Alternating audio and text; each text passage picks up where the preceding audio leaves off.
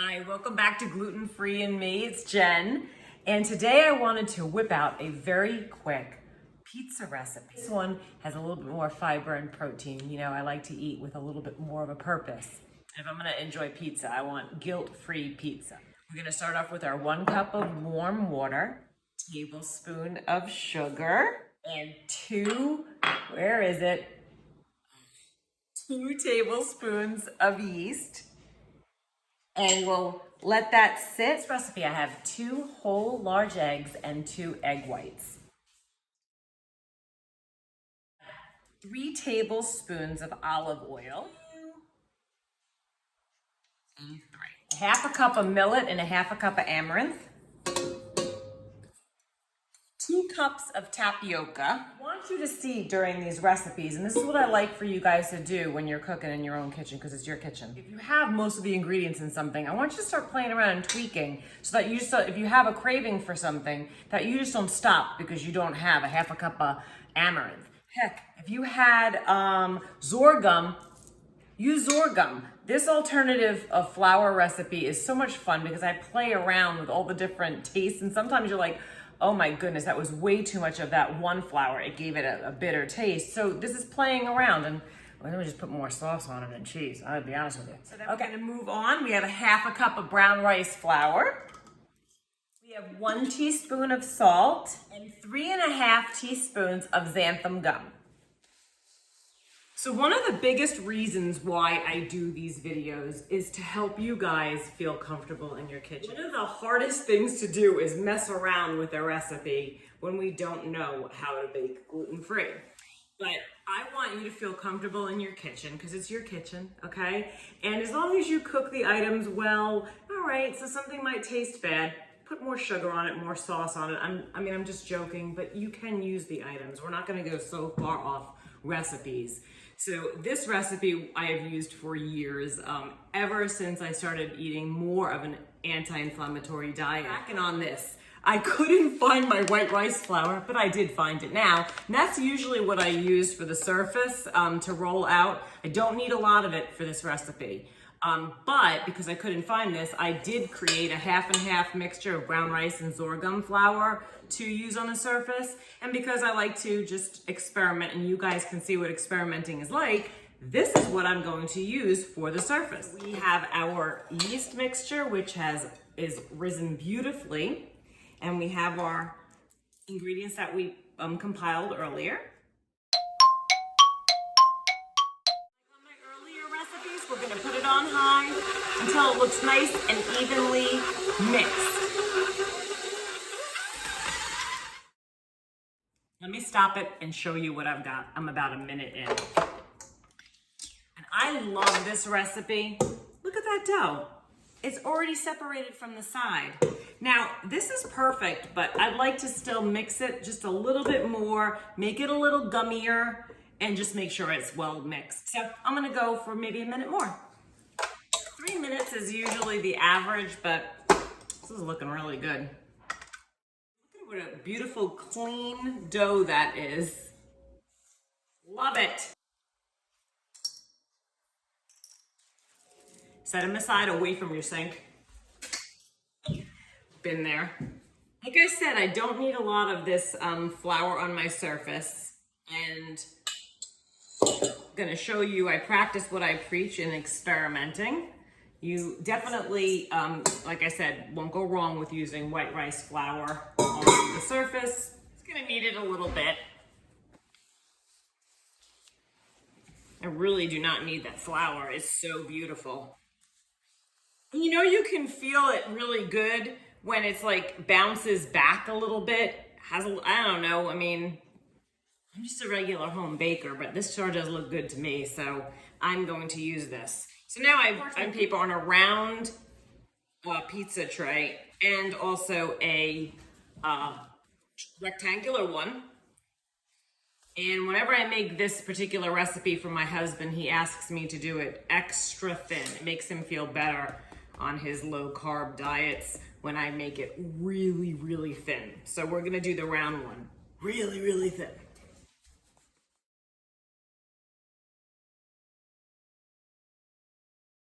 And as you can see, didn't have anything on that surface. It's very little. So you can see this particular alternative pizza pie crust. It's pretty easy dough to work with.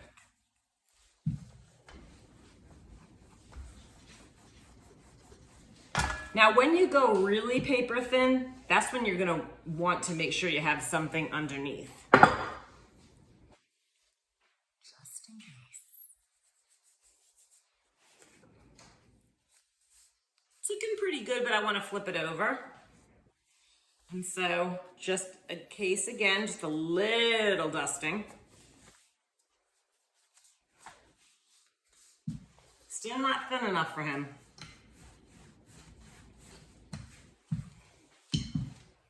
We're getting there.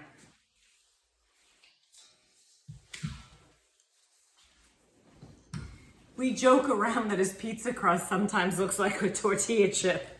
Oh my gosh, that's a great idea. We could make these into tortilla chips. I hope you can see how thin this is. I'll pull off a piece so you can see. Look how thin that is. That's the way my husband likes it. And you know how when you do crust, you can put that right back in. Forever. And then just unfold it. Very gingerly, so you don't create any holes. If you can, and you know, I know you can fix them, but if you could avoid them, that would be great. And then just, you can trim it with your fingers. You can get butter knife, a paring knife, and just trim away. Probably could have stood to make it just a little bit bigger so that I could have made some kind of a crust, but if he's low carb, he doesn't need a crust. So there you go. Nice and paper thin. And that's gonna go in the 400-degree preheated oven for 7 minutes is usually the average, but sometimes depending on the thickness, I might go over to about 8. And now for my rectangle ones. Much like you do when you do a round one, you kind of create it in a ball. And when I do the rectangle one, I start off with a rectangle. I try real hard to get it right, but I don't judge myself that much because we kind of eat it anyway.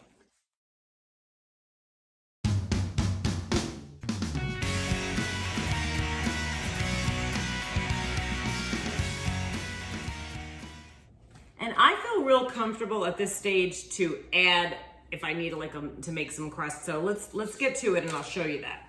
So let's roll this over. Avoid the holes once more.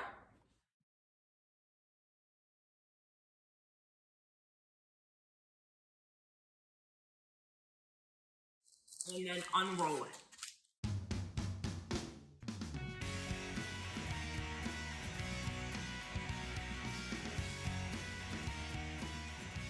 And so you can see me real raw, and in this kitchen you can see that it is not going all the way to the edge. So now you'll see, let's play around and make it work for us. Because it's our kitchen. So I'm gonna stretch that out, make a little crust. Can you see? Good, you can see, okay? Move it out, stretch that.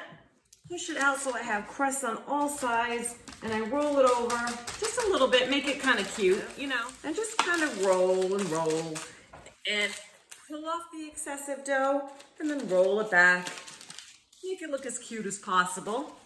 I know it's only for me and my husband, and the kids when they come, but let's just try to make it look cute. So excess gets pulled off, the real excess, and then we'll just roll it over to make it look like a little pie crust. Roll, roll, roll. Roll, roll, roll your dough. Pinch it down.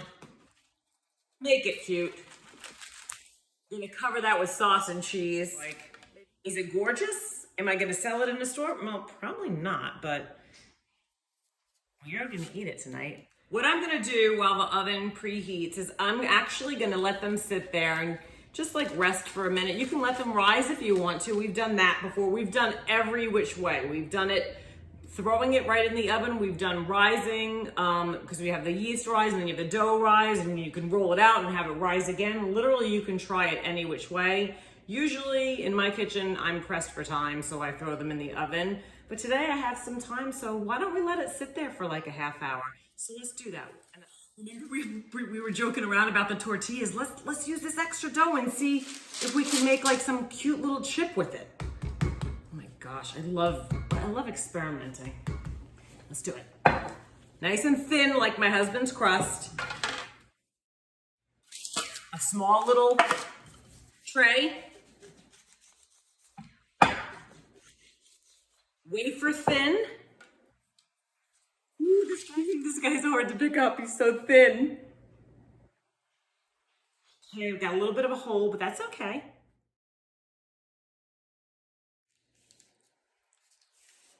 I can't wait to see what they turn out like.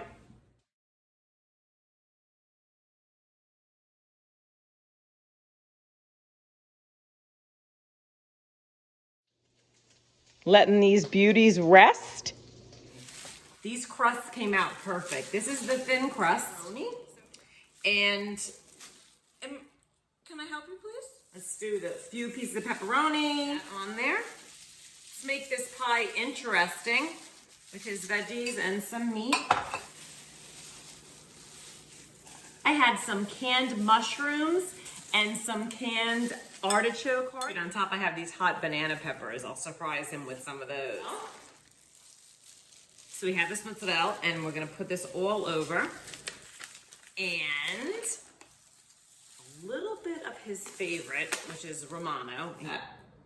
For the larger crust, the rectangle cheese, because I am going to use half of this pie with Daya alternative cheese. And sometimes if, you know, I want less inflammation, if I ate cheese a lot one week or something like that, I always have Daya available, and if not in the refrigerator, then in the freezer. And that's what I do for my arthritis. Sometimes I just can't eat all the cheese. Got the spinach. We're gonna use that up. Got those mushrooms. We'll sprinkle some of those artichoke hearts. I myself love smoked sun-dried tomatoes. I always have those in my pantry. And I remember growing up and eating pepperoncinis with my father in the kitchen. He would always make it like a special treat to have such fond memories of banana peppers and pepperoncinis. Okay, this will be the side with the mozzarella, the Daya cheese. And off we go into the oven. The oven. Look at these beauties. They look so good. They smell delicious. And you can totally tell on this pie which one was the mozzarella and which one was the Daya cheese, because it doesn't brown up as much. So it is beautiful. It smells great. And I hope you enjoy and experiment in your kitchen. Guys, use what you have. Use the flours you have. Try to be creative. We're giving you the basic recipe on the bottom. Happy pizza making. I figured I would cut it for you, so I'm not gone yet. One of my daughters just came in and said it smells like mellow mushroom in our house. So I'm gonna take that as a compliment. So look at that slice. Will you look at that? It's a beauty. It's nice and thin. That one's nice and thick.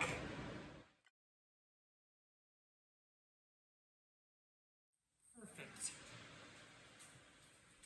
Perfect taste, perfect consistency, a little bit of crunch on the bottom. I hope you enjoy it. I forgot to tell you about the chips. So I baked them with the crust the first time for about 7 or 8 minutes in the 400-degree oven, and they're perfect. I put them in the toaster oven for an additional 4 minutes, and they are perfect crisps. So you definitely can use your extra pie crust. I wanted to add in summary about these great flours. You guys do some research. The flours that we used in this recipe have such an amazing impact in nutrients. They are high antioxidants. They're high in protein. They're high in fiber. They have great magnesium, manganese, niacin. They're great for heart health, kidney health. Hey, listen, if you're going to eat pizza, you might as well have all those nutrients. Do some research and enjoy your pizza. Bye now.